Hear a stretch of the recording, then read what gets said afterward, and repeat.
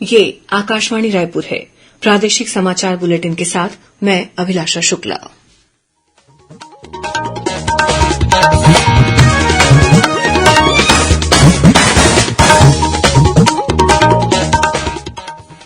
अब पेश है आज के मुख्य समाचार। केंद्रीय गृह मंत्री अमित शाह ने कहा, अगली जनगणना 100% सटीकता के साथ पूरी तरह से डिजिटल होगी। जन्म और मृत्यु रजिस्टर को जनगणना से जोड़ा जाएगा। छत्तीसगढ़ राज्य लघु वनोपज संघ द्वारा समर्थन मूल्य पर अब रैली कोसा की खरीदी की जाएगी। अंतर्राष्ट्रीय बैडमिंटन खिलाड़ी दुर्ग की आकर्षि कश्यप ने उबेर कप में महिला एकल स्पर्धा में अमेरिका की खिलाड़ी को किया पराजित। भारतीय टीम क्वार्टर फाइनल में पहुंची। और आसानी तूफान के असर से कल राज्य के कुछ स्थानों पर हल्की से मध्यम बारिश होने या गरज चमक के साथ छींटे पड़ने की संभावना। 1-2 स्थानों पर आकाशीय बिजली भी गिरने की चेतावनी।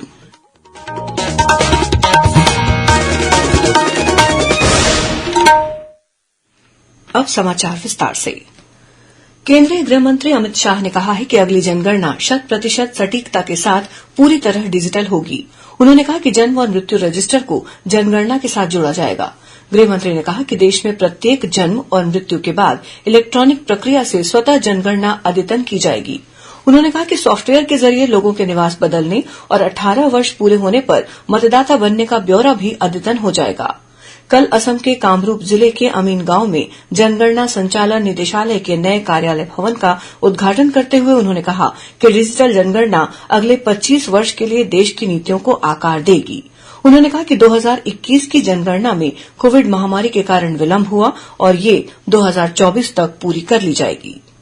छत्तीसगढ़ राज्य लघु वनोपज संघ द्वारा समर्थन मूल्य पर अब रैली कोसा की खरीदी की जाएगी। इस संबंध में लघु वनोपज संघ ने आदेश जारी कर दिए हैं। संघ द्वारा बस्तर संभाग में समर्थन मूल्य पर संग्रहण के लिए खरीदी दर निर्धारित की गई है।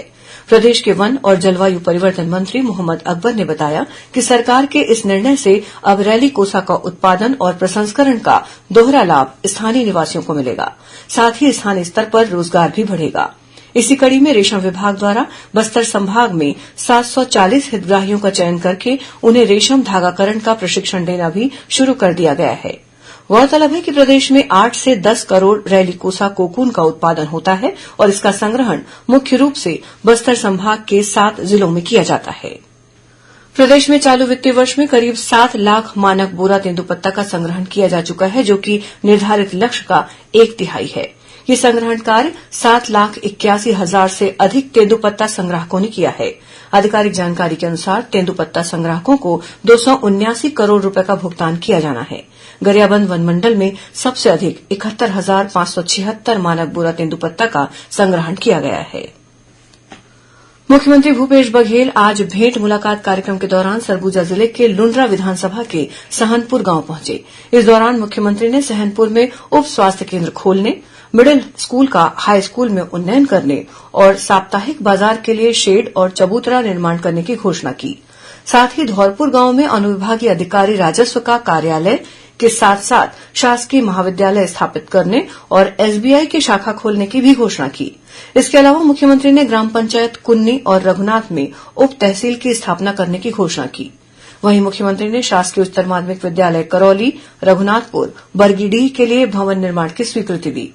इसी तरह गगोली गांव के पास मछली नदी पर पुल निर्माण और उदारी तथा लमगांव के शासकीय उच्चतर माध्यमिक विद्यालय में अतिरिक्त कक्ष निर्माण की स्वीकृति भी दी।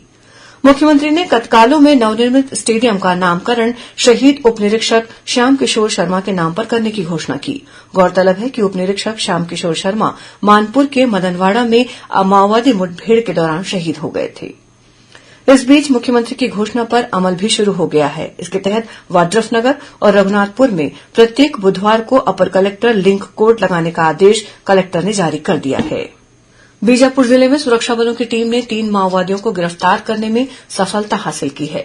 मिली जानकारी के अनुसार केंद्रीय रिजर्व पुलिस बल कोबरा बटालियन और जिला पुलिस बल की संयुक्त टीम तलाशी अभियान पर निकली थी। इसी दौरान करवाही थाना के तहत पामेड़ क्षेत्र के एमपुर के जंगल से इन तीनों माओवादियों को गिरफ्तार किया गया।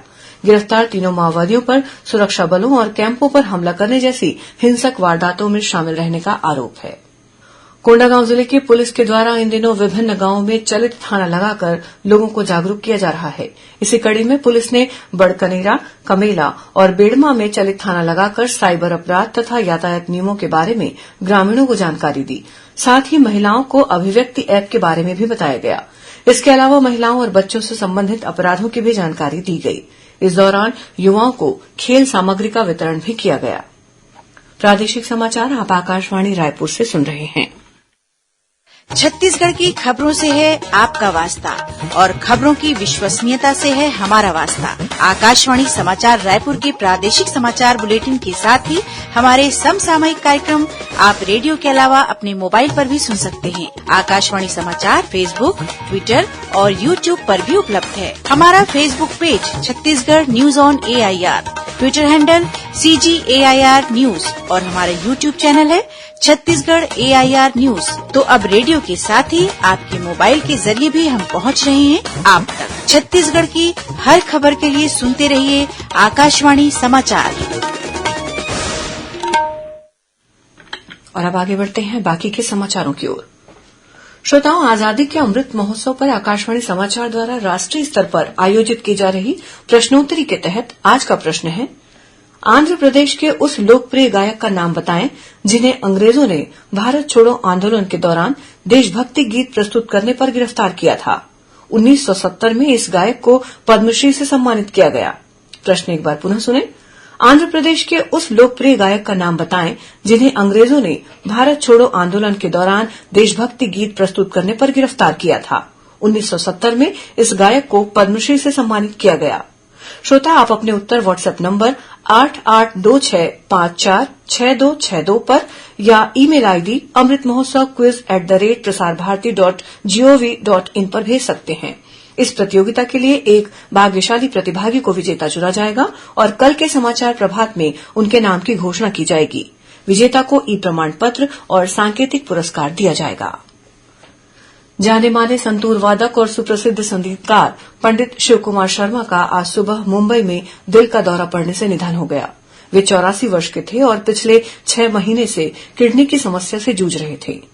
प्रधानमंत्री नरेंद्र मोदी ने सुप्रसिद्ध संगीतकार पंडित शिवकुमार शर्मा के निधन पर शोक व्यक्त किया है। श्री मोदी ने कहा कि उन्होंने संतूर को वैश्विक स्तर पर लोकप्रिय बनाया और उनका संगीत आने वाली पीढ़ियों को मंत्रमुग्ध करता रहेगा।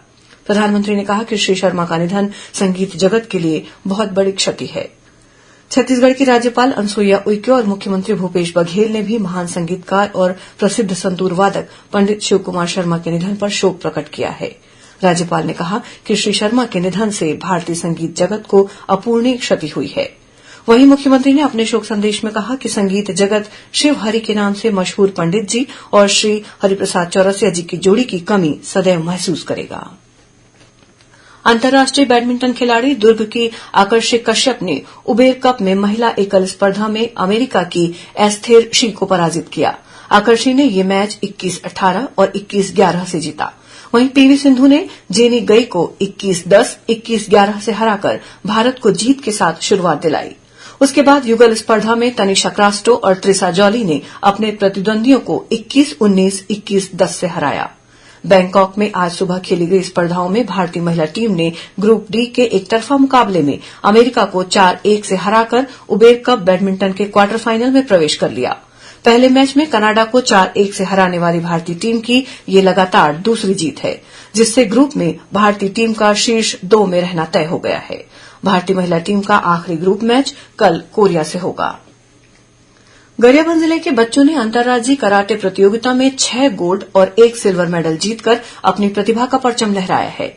मिली जानकारी के अनुसार रायपुर के पास मंदिर हसौद में आयोजित इस अंतर्राज्यीय प्रतियोगिता में 4 राज्यों के 275 खिलाड़ियों ने हिस्सा लिया। भीषण चक्रवात असानी के अगले 24 घंटों में कमजोर होकर चक्रवाती तूफान का रुख लेने की संभावना है। तूफान के असर से कल आंध्रप्रदेश के उत्तरी तटीय क्षेत्रों में तेज वर्षा होने का अनुमान है। इस चक्रवात के कारण छत्तीसगढ़ के मौसम का मिजाज भी बदल सकता है। असानी तूफान के असर से कल राज्य के कुछ स्थानों पर हल्की से मध्यम बारिश होने या गरज चमक के साथ छींटे पड़ने की संभावना है। वहीं 1-2 स्थानों पर आकाशीय बिजली भी गिर सकती है। बारिश का क्षेत्र मुख्यतः दक्षिण छत्तीसगढ़ रहने के आसार हैं। अब कुछ अन्य खबरें संक्षिप्त में। केंद्रीय सूचना और प्रसारण मंत्रालय के क्षेत्रीय लोक संपर्क कार्यालय बिलासपुर द्वारा 13 मई को आजादी का अमृत महोत्सव के तहत सीआरपीएफ कैंप बिलासपुर में एक दिवसीय समेकित लोक संपर्क कार्यक्रम का आयोजन किया जाएगा। गौरेला पेंड्रा मरवाही जिले के विकासखंड मरवाही को लिटिया में पदस्थ शिक्षक के खिलाफ पास्को एक्ट के तहत मामला दर्ज होने के बाद शिक्षक को निलंबित कर दिया गया है। भिलाई के नेहरू नगर अंडरब्रिज के पास लगी आग से शेड जलकर नष्ट हो गया है। आग के कारणों की जांच की जा रही है। फिलहाल इस आगजनी में किसी जनहानि की खबर नहीं है। दुर्ग जिले में 50 से अधिक लोगों से 1.5 करोड़ रुपए की ठगी करने वाले पिता पुत्र को सुपेला पुलिस ने महाराष्ट्र के पुणे से गिरफ्तार किया है। और बेमेतरा जिले के देवरबीजा में अंजोर रथ ने ग्रामीणों को राष्ट्रीय लोक अदालत, साइबर अपराध और यातायात नियमों के बारे में जागरूक किया। अंत में मुख्य समाचार एक बार फिर। केंद्रीय गृह मंत्री अमित शाह ने कहा, अगली जनगणना 100% सटीकता के साथ पूरी तरह से डिजिटल होगी। जन्म और मृत्यु रजिस्टर को जनगणना से जोड़ा जाएगा। छत्तीसगढ़ राज्य लघु वनोपज संघ द्वारा समर्थन मूल्य पर अब रैली कोसा की खरीदी की जाएगी। अंतर्राष्ट्रीय बैडमिंटन खिलाड़ी दुर्ग की आकर्षि कश्यप ने उबेर कप में महिला एकल स्पर्धा में अमेरिका के खिलाड़ी को किया पराजित। भारतीय टीम क्वार्टर फाइनल में पहुंची। और आसानी तूफान के असर से कल राज्य के कुछ स्थानों पर हल्की से मध्यम बारिश होने या गरज चमक के साथ छींटे पड़ने की संभावना। 1-2 स्थानों पर आकाशीय बिजली भी गिरने की चेतावनी। इसी के साथ प्रादेशिक समाचार बुलेटिन समाप्त हुआ। नमस्कार।